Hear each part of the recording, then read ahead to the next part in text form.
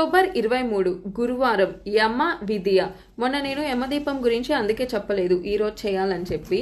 So ఏంటంటే main అసలు importance ఏంటంటే యమధర్మరాజుకి ఇప్పుడు పెట్టే దీపం వల్ల లైక్ మనం మామూలుగానే ఎన్నో గండాలు ఎదుర్కొంటూ వెళ్తుంటాము.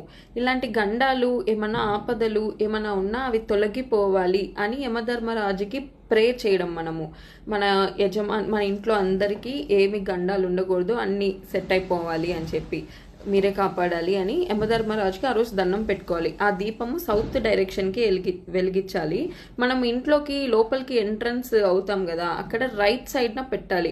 ఎవరు మిస్ చేసుకోవద్దు.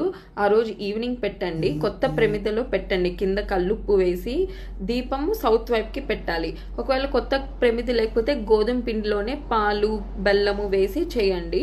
అండ్ ఆ రోజు యమధర్మరాజు శ్లోకం, ఈ శ్లోకం లైక్ ఒక 54 టైమ్స్ కానీ 108 టైమ్స్ కానీ భక్తిగా చదవండి. అండ్ నైవేద్యంగా బెల్లం కానీ ఏదైనా స్వీట్ కానీ పెట్టండి.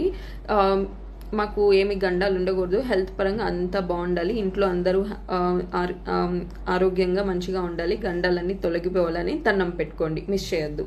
ఓం సూర్యపుత్రాయ విద్మహే మహాకాలాయ ధీమహి తన్నో యమ ప్రచోదయాత్.